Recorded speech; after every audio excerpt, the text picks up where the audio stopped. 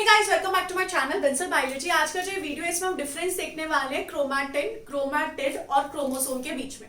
तो सबसे पहले अगर हम यहाँ पे बात करें क्रोमैटिन के बारे में, सबसे पहले बताऊंगी कि क्रोमैटिन क्या होता है। अगर हम डीएनए को देखें तो डीएनए को न्यूक्लियस के अंदर आना पड़ता है।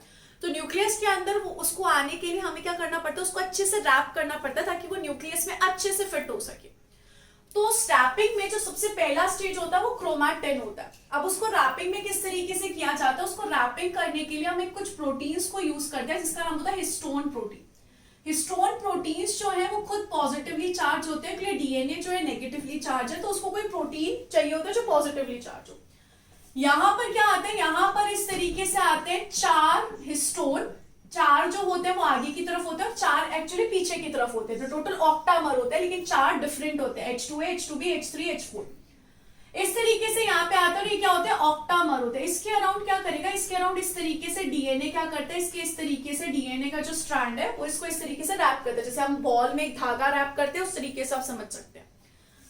एक ऑक्टामर को हम यहाँ पे क्या बोलते हैं, न्यूक्लियोसोम बोलते हैं। और ये जो न्यूक्लियोसोम पे कितना डीएनए रैप होता है, ये होता है 146 base pair of DNA wrap. ये जो न्यूक्लियोसोम है इसके बारे में मैंने क्यों बताया, क्योंकि ये जो न्यूक्लियोसोम होता है बेसिक यूनिट होता है ऑफ क्रोमैटिन। किसके बारे में बात चल रही है, क्रोमैटिन, नॉट क्रोमैटिड, क्रोमैटिन।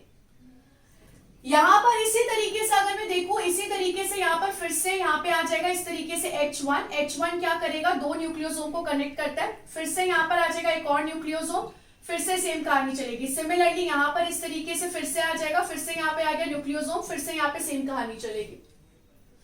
तो ये जो न्यूक्लियोसोम होते हैं एक साथ आके इस तरीके से कॉइल होते हैं, जिसकी वजह से क्या बनता है, जिसकी वजह से क्रोमैटिन बनता है।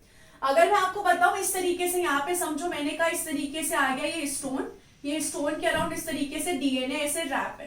तो ये वाला जो स्ट्रक्चर है इसको हम क्या बोलते हैं, इसको हम बोलते हैं क्रोमैटिन। ऐसे ही ये जो कहानियां चलती रहेगी, इसी तरीके से फिर से न्यूक्लियोसोम आएंगे, इसके अराउंड इस तरीके से डीएनए रैप रहेगा, इस तरीके से डीएनए रैप रहेगा। तो ये वाला जो स्ट्रक्चर होता है इसको हम क्या बोलते हैं, इसको हम बोलते हैं क्रोमैटिन। ये क्या है, क्रोमैटिन, जिसका जो बेसिक यूनिट होता है वो है न्यूक्लियोसोम, और ये होता है क्रोमैटिन। ऐसे कंटिन्यू चलता रहेगा। तो नॉर्मली अगर हम यहाँ पे देखें, डीएनए जो होता है इस तरीके से रैप रहता है, इस तरीके से क्रोमैटिन फाइबर में वो क्या रहेगा, रैप रहेगा। लेकिन अगर जो सेल है उसको जाना है माइटोसिस, या फिर अगर सेल को जाना है मियोसिस। माइटोसिस या मियोसिस का मतलब है कि सेल को समझो डिवाइड होना है। तो उस कंडीशन में क्या होगा, उस कंडीशन में क्रोमैटिन जो है और कंडेंस होगा, ये क्रोमैटिन जो है और अच्छे से पैक होगा और कंडेंस होगा, और कंडेंस और रैप होके क्या बनाएगा, ये बनाएगा क्रोमोसोम। तो क्रोमोसोम कुछ नहीं होता है, क्रोमोसोम जो है वो क्रोमैटिन का ही कंडेंस फॉर्म होता है, जो पूरा पैक होके बना होता है। कब, जब माइटोसिस होना होता है या मियोसिस होना होता है, जब सेल डिवीजन होना होता है, तब यहाँ पे क्रोमोसोम बनता है। वही अगर मैं बात करूं क्रोमैटिड क्या होता है, आपने यहाँ पे देखा होगा मैंने क्रोमोसोम की एक और दो, इस तरीके से मैंने यहाँ पे दो स्ट्रक्चर बनाए, दो इस तरीके की आर्म बनाई है। तो यहाँ पर ये दोनों जो होती है ना, ये दोनों बहनें होती हैं, इसलिए हम इसको क्या बोलते हैं, इसलिए हम इसको सिस्टर क्रोमैटिड कहते हैं। क्या बोलते हैं, सिस्टर क्रोमैटिड।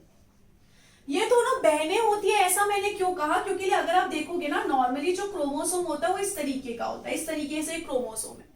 लेकिन जब यहां पर आता है रेप्लिकेशन का फेज आता है, तो ये जो आर्म है ये क्या करेगा, ये अपना सेम टू सेम कॉपी बना लेता है। इस तरीके से रेप्लिकेशन के time same to same copy बना लेता है। तो ये जो कॉपीज होती है इनको हम क्या बोलते हैं, सिस्टर क्रोमैटिड। इसको बोला जाता है सिस्टर क्रोमैटिड। तो ये किस वजह से बनती है, रेप्लिकेशन की वजह से, जो कि माइटोसिस में होता है और मियोसिस में भी होता है। तो एक क्रोमोसोम की ये जो दोनों चीजें हैं, ये जो दो है, इनको बोला जाता है सिस्टर क्रोमैटिड।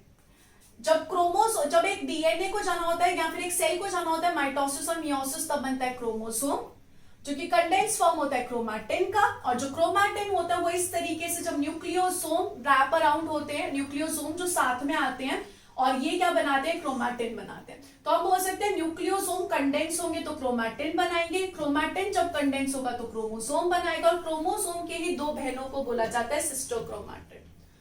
तो यहाँ पर ये डिफरेंस होता है क्रोमैटिन का, क्रोमैटिड का,